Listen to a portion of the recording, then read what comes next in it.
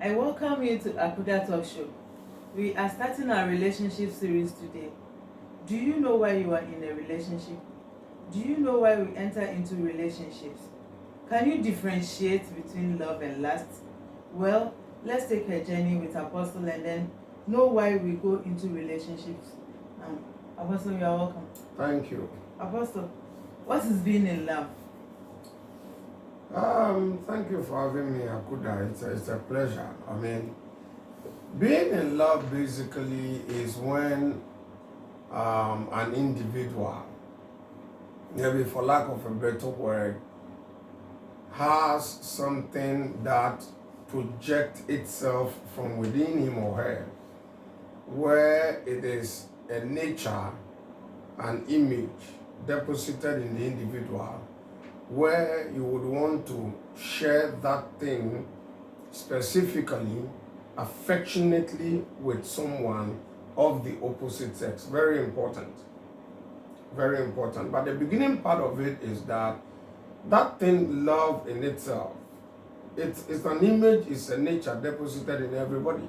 When it comes to being in love, relationship-wise, then we are looking at that affection that comes out of that love you have within you, where you would want to share with the opposite sex, a man with a woman with a man, primarily and specifically that which is amorous, that which leads into sexual activities.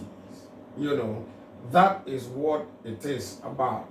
And you see, when you draw my attention that we want to do relationship, that is all that comes to mind right from the beginning, that, well, you're going to discuss something amorous, that aspect of love in a relationship, which allows for one to engage in sexual activity with the opposite sex. Very important among human beings.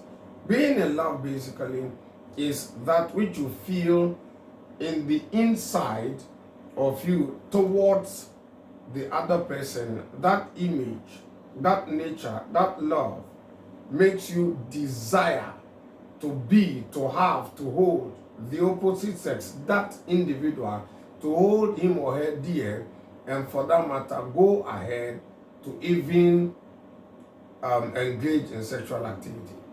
Apostle, how do you know you're in love? That's another interesting question. You know when you are in love, when that which you feel in the inside of you towards the opposite sex makes you to desire the person for many reasons. Now, you see, let us not lose sight of the fact that something will always spark and lead one to something else. Very important. So in a relationship, for instance, for you to know you are in love, it is that which you feel in the inside of you that attracts you to the opposite sex, that makes you to desire that individual, as it were, maybe for one reason or the other. Something that has sparked it. It might be the fellow's beauty. It may be the fellow's size, shape. It may be the fellow's demeanor, smile. It may be, it could be anything. It could spark it. I mean, seeing the fellow is the very first thing you've seen the fellow. And what you now see and the interpretation you give to it, that desire that comes in, is that which make you feel you are in love. But Akuda, you see, it is not just about what you feel on the inside of you that makes you want to desire to have and to hold that individual. It goes beyond feeling, it goes beyond desiring. It is that which you also have in you, willing to sacrifice and willing to share. Many people would say that because I have this feeling towards this individual, then I know I'm in love. I'm sorry. When you do that, you are deceiving yourself on the one ground. Because the other aspect of it, which is even more integral and serious, is whether you're willing to share and to sacrifice. To what extent are you willing to go? Then you can convince that I'm in love. You see, many people say they are in love. They are not. It's not love. It is lust. L-U-S-T. It is not love. It is lust. But here, because it carries that resemblance, because it carries that feeling that makes you to desire that individual in question, you think you are in love. It's a different thing altogether being in love. You see, one must check himself properly and understand whether he or she is ready to go the extra mile, whether he or she is ready to walk the tightrope. You see, what you see and you think you desire the individual may be one side of the moon you have seen. Maybe one side of the coin that you've seen. Are you ready, prepared for the other side for which you are saying you are in love? Because if you say you are in love, if we are taking it from the point of God being in love, for instance, God knew we had sinned against him, we are doomed and everything. He knew, and yet he loved us. If you say you are in love with somebody, then you must know and be ready that there are portions you are yet to know. You don't even know that yet. So are you in love? It is how prepared you are on the inside towards the one you see on the outside, how far you are willing to go based on what you feel on the inside, based on your desire to have and to hold, to share and to sacrifice with the individual. Then you can convince me you are in love. Desire. You are talking about desire. How do you know somebody is in love with you? How do you know someone is in love with you? Akuda, you see, for you to know you are in love, and for that matter, somebody is in love with you specifically with this question you're asking, I've answered this thing before, and I said that every individual, to identify love, that somebody is truly in love with you, you must go to your inner self. Okay, very important. Go to your inner self and then apply intuition. Yes. Don't intuition lie to us sometimes? Intuition doesn't lie. Really? Intuition, if you check your intuition very well, there is a part of intuition that makes you want to check, watch it. Don't just go into it. Intuition will tell you, watch it. Maybe it may not be right. Watch it. Some intuition will tell you, this is it, go for it. Or no, don't. And stuff like that. So it is based on how it comes and the information it brings across. So one must have that intuition. And then two, one must catch the revelation. Yes, because there is always more which is not yet seen. You must get the revelation. It's important you do. But do we have that time? You should have that time. Do we have You should have that time. You have time. People going into relationships, do we have the time to listen to your intuition and then catch the revelation before you must make the time, you must have the time. It's important to do. I don't think a lot of people have that time. Well, then that is the problem. You see, you must have time. What you are going into, you must have the time to make the best out of it. Other than that, what do you think you're doing? So how long? Let the intuition work, catch the revelation. Not only that. I believe that one must also go to God in prayer. Yes, you must go to God in prayer. You must ask. You see, it helps when you are not sure. Even when you are sure, sometimes you may get it all wrong because the question you are asking, how do you know someone is in love with you? Whether, in short, the question you are asking is to know whether the love the fellow is professing is true.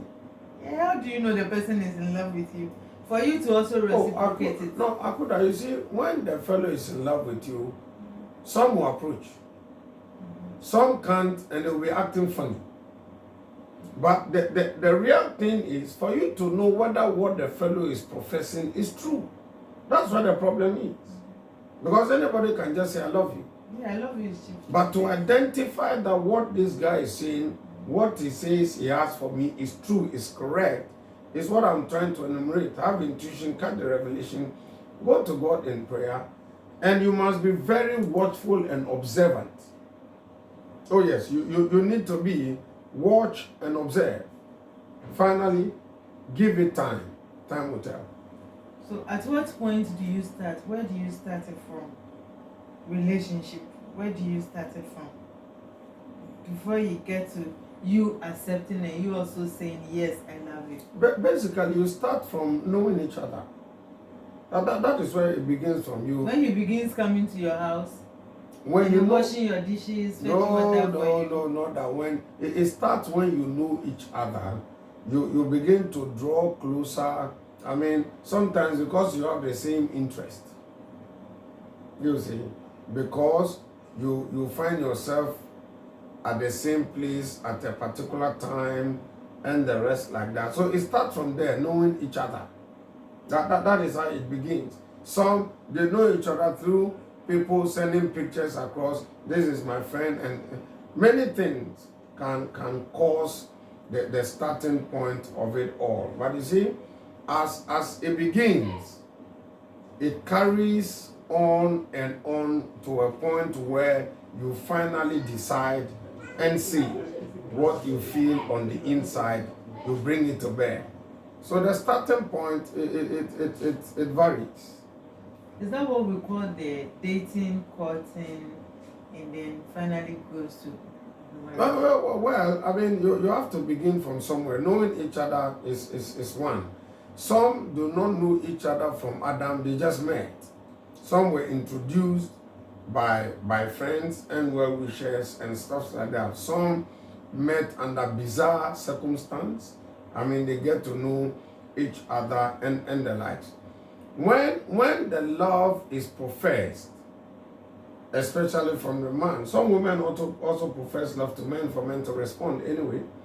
Yeah, and that is also interesting. But generally, it is men who will profess love for the women to respond. When the woman responds, I mean, even before you will respond concretely and finally decide, they begin dating because they have interest. They begin dating. When it gets serious, when they realize that they have something in common and they would want to share, then they begin to court. It means that they are getting serious with an intention. And that intention is wanting to tie the knot. That is why you see them courting, where they are now making their relationship known to parties that need to get to know. They begin to show it. They are identified as in that order, to the point where they now get betrothed to each other, where you know now they are getting married. They are going to marry. Who and who, this and that. It becomes public knowledge. You get what I'm saying? It becomes public knowledge before that is where we call knocking. Really? Yes, that which we call knocking is when you find them really courting to the point where they are now betrothed. They are betrothed. That is knocking. It means that both families have consented to the fact that these two are about to get married. Apostle, would it be wrong to date multiple partners? That's technical. No, it wouldn't be wrong to date multiple partners. The challenge is, if you say you love who? That's the point. And I've always maintained this fact on your show that we live in the real world where everything is possible, where everything happens. Therefore, the possibility of dating multiple women is there. People do it. It's there. As to whether it is right or not is another thing altogether. But you see, sometimes people are not too sure of what they are seeing. So they want to tread cautiously. Now, in the course of seeing this one and thinking, then you see another one again.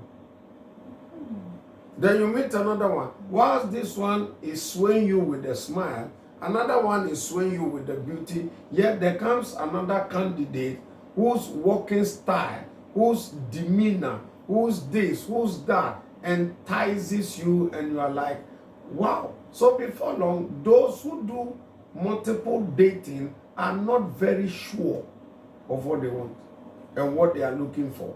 Or they might not have seen that which they are looking for in the fellow that they began falling in love with. And then another comes on the fray, and you want to like, whoa, what is this one also bringing? I'm telling you the gospel truth. It is not wrong to date multiple partners as long as you maintain the status quo that I want to see who is the real deal. Apostle, are you saying that? Yeah, I'm saying that. Are you saying that you can love, you can share love to like multiple? Oh yes, you can. Now understand. Is that it. love? No, wait. How can you be sharing your love like that? Love is sharing. Love is caring. So you can give it to like 1,000 people? Yes. When you want to tie the knot with a woman, in this real world of ours, when you want to respond to a man, you see, sometimes you would have to be careful and tread cautiously. And when you begin to see all kinds of women at your disposal, dating is trying to see whether you can share common interest. Dating is virtually nothing than knowing each other and wanting to share something in common, wanting to share an intention. Basically, that is dating. In our world today, we regard dating as the boyfriend, girlfriend, before long, they are sleeping together and they say they are. Now, we got it all wrong. You see, you realize people normally say, I am going on a date, I'm going for a date. What are they going to do? They are going to meet, maybe over dinner, over lunch, over a meal, just to build an interest, getting to know each other more and better. That is dating. Basically, that is dating. So what is wrong if I tend to date 10 women because we are sharing interest? We want to know, is it possible? I want to know you better. I want to understand you better. I want you to know me better. That is dating. So you can date multiple people because we live in a real world. You must be sure of what you are getting into. You must be. And dating is also knowledge gathering. Yes. You get confused. Well, it is part of it. Seeing multiple. So it's better to get confused and sort it out than for you to fall head over heels and it is problematic for you at the end of the day. It is true, Abuna. It is true. So, Apostle, going forward, so when there are multiple partners, how do you choose the right one? Well, it's up to you based on the knowledge you have gathered and based on the observations you have made, and for that matter, what you are truly looking for. It's up to you, the individual. What you're truly looking for at the end of the day. What if what you are really looking for, you find it like 20? Well, then you go ahead to still watch out for that which is so unique about the individual, which wows you. Each one carries some kind of uniqueness. You see, you must know what you want, what you're looking for. Very, very important. But the basic things that one would have to look for is how you truly feel about the individual in question, and that which you know about him and about her. Are you okay with it beyond reasonable doubt? I have said, I think one of your show will come to look at the litmus test that I have set for people who claim they are in love and people who tend to respond to love. I mean, we'd have to look at it. If you are not ready for that, then I don't think you are ready for love. Because in the real world, all kinds of things happen. You need to know how much the individual in question also understands you, and how far the individual is ready to go with you. Very important. all these things come to play for one to say, okay, I think I have found the right person. It's not easy anyway, but that is life. We move. We move. At that point, Apostle, does love at first sight comes in? Love at first sight works. I believe in it. Does it come to play at that point of what Which point? That is the searching, the Love at first sight is you don't know the fellow from Adam. And you just met the very first time you saw the person, and something is doing you. What is that thing? Some gogomi somewhere, some butterfly somewhere is doing you. You are missing some heartbeat somewhere. I mean, I've heard a couple of people saying when that happens, that is true love. You found true love. Would you measure love with that? No, it's dangerous. When your heart starts beating. You don't just measure love with love at first sight, and no, don't do that. Don't do that. See, the appearance of an individual. Let me be specific with I mean, it cuts across anyway. The appearance of an individual could sweep you off your feet. Yeah. Both men and women. I'm telling you. Some women also fall in love. You're a woman. You're not a woman. But how can you be answering for women? No, but you hear women say it. I've spoken to lots of people. But the way you answered yes. Oh yeah, because it is true. Truth be told, that is it. Because you've had women telling you that this is how they felt, and this is what they are feeling. I mean, I hear it not once, not twice. I've heard lots about this. You see, when you are swept off your feet, something wowed you. You saw something which was glittering, glorious, and you are like, wow. It makes you feel wonderful all of a sudden. That is love at first sight. It may be the beauty. You see, that is what wowed you right from the beginning. And something is doing you. Your heart is beating. You are missing one heartbeat. When it's beating up to 7, the 7th one, it doesn't come where, and stuff like that. That is not true determinant of true love. It is not. So one got to be careful, because after that has wowed you, there is more to it than meets the eye. You see? And you see, lust is so powerful that it will come in and you think it is love. It is lust. So you got to be, see, if this is an ugly girl and this is a beautiful girl, and the two come out, hello? Tell me if you fall in love with the ugly girl. How would the ugly girl wow you? See, let's not live a lie. And what if she wows you with the specs you want? Fine. So if she wowed you with the specs you want, so you are watching specs. It is the specs that the so face. Listen. The face know the B. But you they see figure 8 somewhere, and that wowed you. Yes. That is not love yet. That is lust. It's not love yet. How can that be lust? How could I taste? Because beauty lies in the eyes of the beholder. That is how it is true. I agree, but that is how we also deceive ourselves. That beauty lies in the eyes of the beholder. Yeah, that is how we deceive ourselves. You've seen something beautiful, and you are telling me beauty lies in the eyes of the beholder. Come on, can't we all see this is beautiful? It's beautiful, but doesn't have the specs you want. Fine. So you are looking for specs. Isn't it? It counts in a relationship, right? I'm not disputing that. Yeah. Yes. So you see that even when you are talking, you are in love, lust begins to play itself. Lust will come. Sometimes it is a beginning point. I'm telling you. Therefore, when you love at first sight, don't let that be the true determinant or the determinant of true love.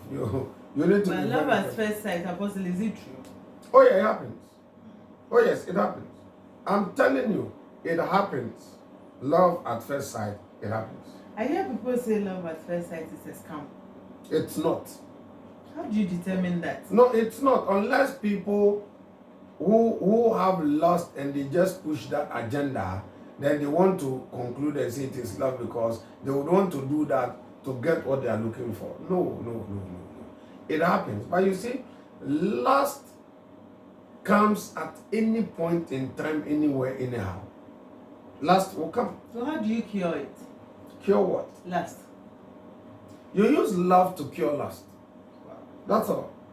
How? That which cures lust is love. I believe So my, you look. my viewers No. want to they want to see you show workings. Fine. You see, when you want to cure lust, use love. Then it means you are no more looking at that which is the interest area physically. It goes beyond that. So the individual, you're looking for a smooth face. You've seen a smooth face which is like lust. But when it goes beyond the smooth face into getting ready that even when the face is not smooth anymore, because the reality of life will teach you that there comes a time that you may not get the smooth face because nothing lasts forever. When you are now ready and prepared, because it is more of what is on the inside which you want to share with the individual, which you've seen, which you have discovered, which is far more than what you are seeing on the skin, smooth skin, beautiful face, perfect this, perfect that, then you are using love to cure lust. It is only love that cures lust. I'm telling you. It is only love that cures lust. All too soon our time is up once again. But Apostle, I want you to give us in a nutshell. Relationship. What is the formula? Whoa, formula? Yes. Oh, the formula is simple. Very, very simple. Is it that I love you? It has to be love. Be true to yourself. It has to be love towards the opposite sex. We are doing formula. It has to be love towards the opposite sex. Between man and a woman, between woman and man. That's what I believe in, because that is the order, how God made it. That is the natural way. And you need to be true to yourself. And you need to know what you want. Don't be deceived. Don't be deceived. Know what you want and be honest with yourself. Thank you.